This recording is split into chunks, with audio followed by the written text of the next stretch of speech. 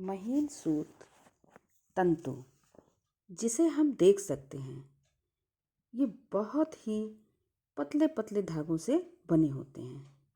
आपको दिख रहा होगा तस्वीर में, बहुत ही पतले तंतु हैं।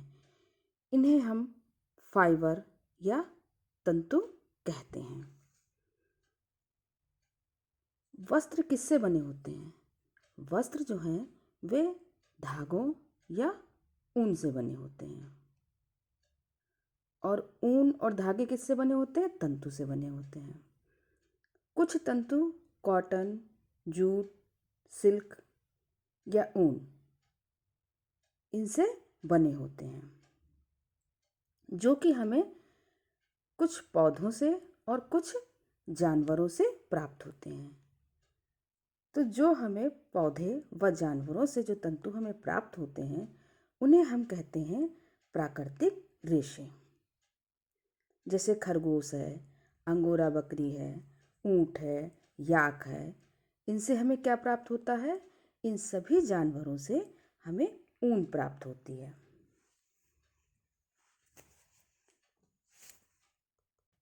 रेशम हमें कहाँ से प्राप्त होता है? रेशम हमें रेशम के कीट से प्राप्त होता है। रेशम एक प्राकृतिक रेशा है। रेशम का जो कीड़ा होता है, उसके कोकून से हमें रेशम प्राप्त होते हैं। रेशम के वस्त्र बनते हैं। रेशम के वस्त्र हल्के होते हैं, चिकने होते हैं, मजबूत और टिकाऊ होते हैं। रेशम का आविष्कार सर्वप्रथम चीन देश से हुआ था। जो शहतूत की पत्तियां होती हैं, उन पर रेशम के कीड़ों को पाला जाता है। ये शहतूत की पत्तियां खाकर ही बड़े होते हैं। मादा रेशम कीट जो है वह सैकड़ों की संख्या में अंडे देती है, जो शहतूत की पत्ती से चिपके रहते हैं। फिर इनमें से सफ़ेद रंग के लार्वा निकलते हैं, जिन्हें हम कैटरपिलर, इल्ली या लार्वा कहते हैं। रेशम कीट के लार्वा में एक विशेष ग्रंथि होती है, जिसे हम रेशम ग्रंथि कहते हैं। उसके बाद इस रेशम के कीड़े से फिर ये कोकून बनते हैं और इन कोकून से हम रेशम को प्राप्त करते हैं।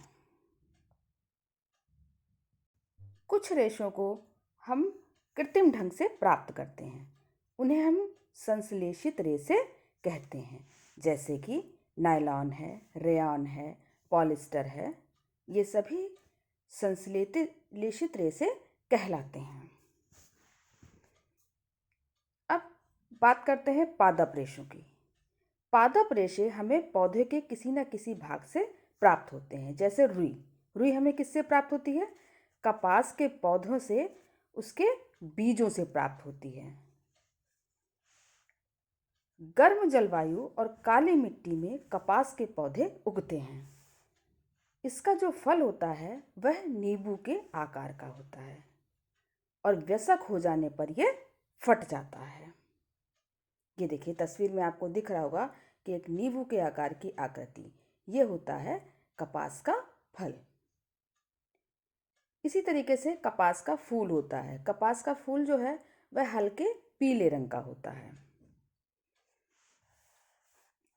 जब इसका फल फटता है तो कपास तंतुओं से ढके हरे रंग के बिनौले दिखाई देते हैं।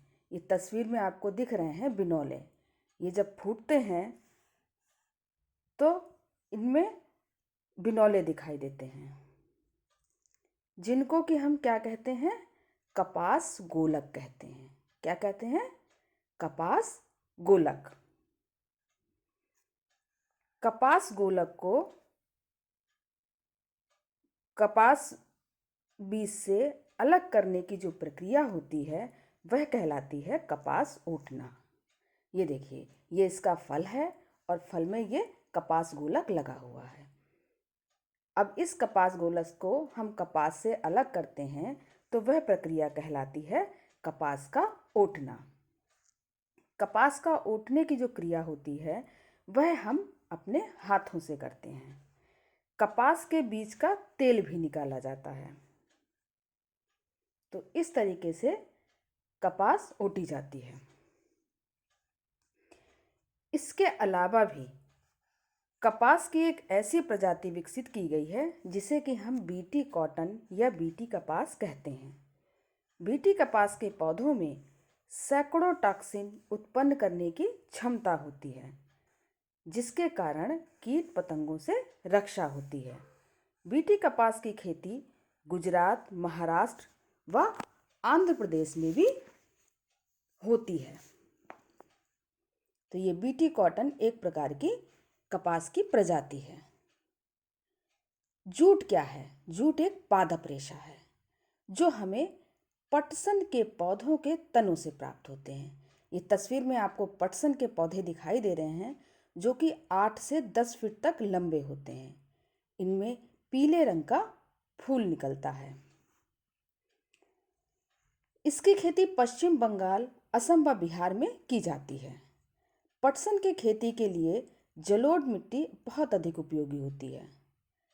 पटसन को पुष्प अवस्था में ही काट दिया जाता है। ये देखिए, पौधों के तनों की कटाई हो रही है।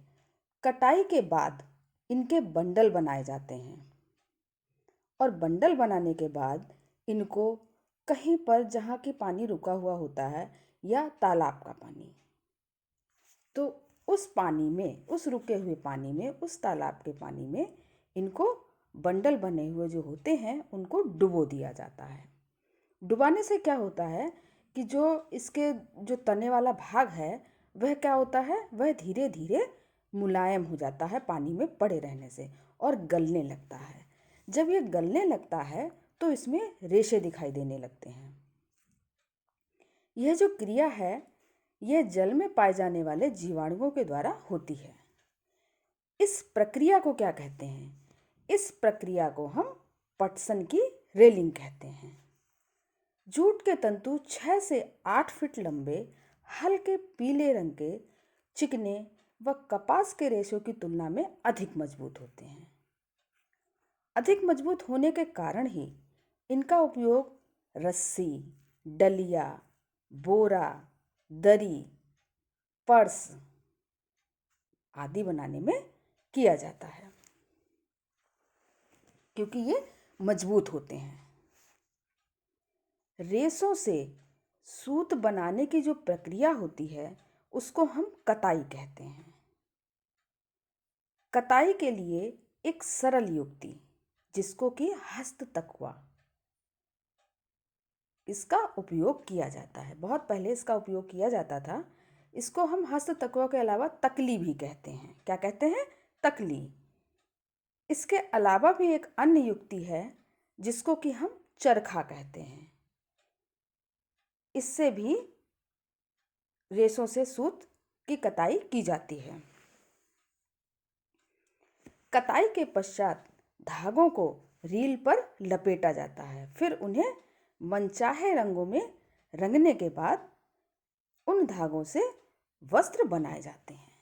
वस्त्र बनाने की कई सारी विधियां हैं। उनमें से 2 मुख्य हैं। एक है बुनाई और दूसरी है बंधाई। अब ये बुनाई और बंधाई क्या है? एक ही धागे को से वस्त्र बनाने की जो क्रिया होती है उसे हम बंधाई कहते हैं। जैसे स्वेटर का बुनना आपने देखा होगा, क्योंकि गोला तो एक ही होता है, एक ही धागा होता है, एक ही ऊन होती है। तो स्वेटर बुनने की जो प्रक्रिया है उसको हम बंधाई कहते हैं। वहीं इसके विपरीत कि धागों के 2 सेट को आपस में व्यवस्थित करके वस्त्र बनाने की जो प्रक्रिया होती है उसे हम बुनाई कहते हैं। आपने देखा होगा चटाई बनाते हुए कि उसमें 2 धागे चलते हैं, 2 पट्टियाँ चलती हैं। तो चटाई बनाने की जो प्रक्रिया है वह बुनाई कहलाती है और स्वेटर बनाने की जो प्रक्रिया है वह बंधाई कहलाती है। तो इस प्रकार हमने देखा कि कैसे तंतु से वस्त्र तक बनाए जाते हैं। कि सबसे पहले तंतु यानी कि रेशा, जिससे कि धागा बनाया जाता है। फिर उस धागे को मनचाहे रंगों में रख के कपड़ा बनाया जाता है और फिर कपड़ा बनाने के बाद फिर उस कपड़े से वस्त्र बनाए जाते हैं। धन्यवाद।